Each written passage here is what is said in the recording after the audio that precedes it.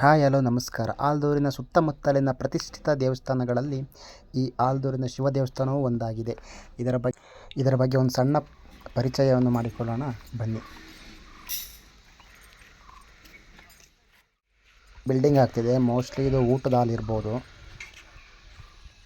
Hi friends, ನಾವು ಇವತ್ತು ಬಂದಿದ್ದೀವಿ ನಮ್ಮೂರಿನ ಶಿವ ದೇವಸ್ಥಾನಕ್ಕೆ. ನಮಸ್ಕಾರ. ಇವತ್ತು ನಾವು ಬಂದಿದ್ದೀವಿ ಆಲ್ದೂರಿನ ಶಿವ ದೇವಸ್ಥಾನಕ್ಕೆ.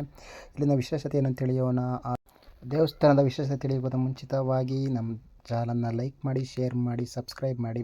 ಹಾಗೂ ಪ್ರತಿ ದೇವಸ್ಥಾನದ ಮುಂದೆಯೂ ಶಿವ ಇದ್ದೇ ಇರುತ್ತೆ. ಇದರ ವಿಶೇಷತೆಯನ್ನು ಕುರಿತು ತಿಳಿಯೋಣ ಬನ್ನಿ. ಶಿವ ದೇವಸ್ಥಾನದ ಮುಂದೆ ನಂದಿ ಯಾಕೆ ಇರುತ್ತೆ, ಅದರ ವಿಶೇಷತೆ ತಿಳಿಯೋಣ ಬನ್ನಿ. ಪೂರ್ವದಲ್ಲಿ ಶಿಲಾದ ಎನ್ನುವ ಮಹರ್ಷಿಯೊಬ್ಬರಿದ್ದರು. ಎಷ್ಟೇ ಜ್ಞಾನ ಗಳಿಸಿದ್ದರೂ, ಎಷ್ಟೇ ಗೌರವ ಸಂಪಾದಿಸಿದ್ದರೂ ಸಹ ಸಂತಾನವಿಲ್ಲ ಎನ್ನುವ ಚಿಂತೆ ಅವರನ್ನು ಕಾಡುತ್ತಿತ್ತು. ಹೇಗಾದರೂ ಸಂತಾನ ಭಾಗ್ಯಕ್ಕಾಗಿ ಪರಮೇಶ್ವರನ ತಪಸ್ಸು ಮಾಡುತ್ತಾರೆ ಶಿಲಾದ.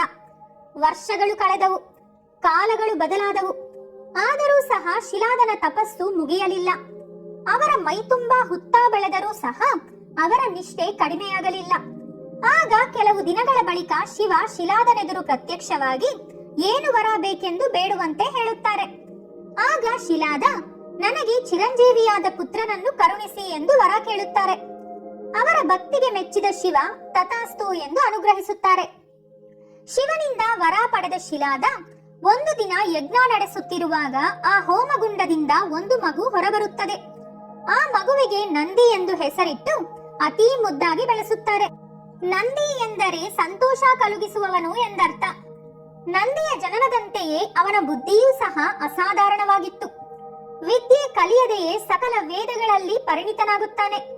ಇದು ಹೀಗಿರುವಾಗ ಶಿಲಾದನ ಆಶ್ರಮಕ್ಕೆ ಒಂದು ದಿನ ಮಿತ್ರಾವರ್ಣರು ಎನ್ನುವ ಮುನಿಗಳು ಬರುತ್ತಾರೆ.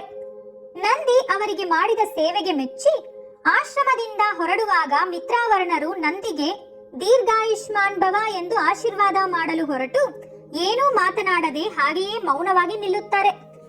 ಏಕೆಂದು ಶಿಲಾದನಿಗೆ ಏನೂ ಅರ್ಥವಾಗದೆ ಮಿತ್ರಾವರ್ಣರ ಬಳಿ ಬೇಡಿದಾಗ ನಂದಿಯ ಆಯಸ್ಸು ಬೇಗನೆ ಮುಗಿಯುತ್ತಿದೆ ಎಂದು ಹೇಳಿ ಅವರು ಅಲ್ಲಿಂದ ಹೊರಡುತ್ತಾರೆ.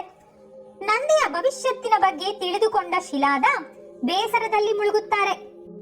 ಆದರೆ ನಂದಿ ಮಾತ್ರ ಯಾವುದಕ್ಕೂ ಹೆದರದೆ, ನಾನು ಶಿವನ ಅನುಗ್ರಹದಿಂದ ಜನಿಸಿದವನಾದ್ದರಿಂದ ಈ ಸಮಸ್ಯೆಗೆ ಪರಿಷ್ಕಾರ ಮಾರ್ಗವೂ ಸಹ ಅವರೇ ಸೂಚಿಸುತ್ತಾರೆಂದು ಶಿವನಿಗಾಗಿ ಗಾಢವಾದ ತಪಸ್ಸು ಮಾಡುತ್ತಾನೆ.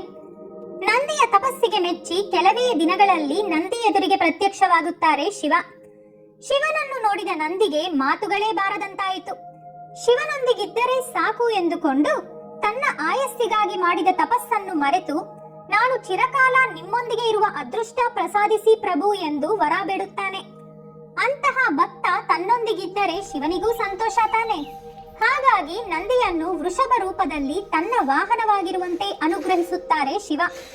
ಅಂದಿನಿಂದ ಶಿವನ ದ್ವಾರಪಾಲಕನಂತೆ ಅವರಿಗೆ ಕಾವಲು ಕಾಯುತ್ತಾ, ಮುಖ್ಯವಾಗಿ ಕೈಲಾಸಕ್ಕೆ ರಕ್ಷಣೆ ನೀಡುತ್ತಾ ತನ್ನ ಜೀವನವನ್ನು ಧನ್ಯವಾಗಿಸಿಕೊಳ್ತಾನೆ ನಂದಿ. ಶಿವನಿಗೆ ಸಂಬಂಧಿಸಿದಂತಹ ಬಹಳ ಕಥೆಗಳಲ್ಲಿ ನಂದಿಯ ಬಗ್ಗೆ ಪ್ರಸ್ತಾವನೆ ಇದ್ದೇ ಇರುತ್ತದೆ. ಅವುಗಳಲ್ಲಿ ನಂದಿಗೆ ಶಿವನ ಮೇಲಿರುವ ಭಕ್ತಿ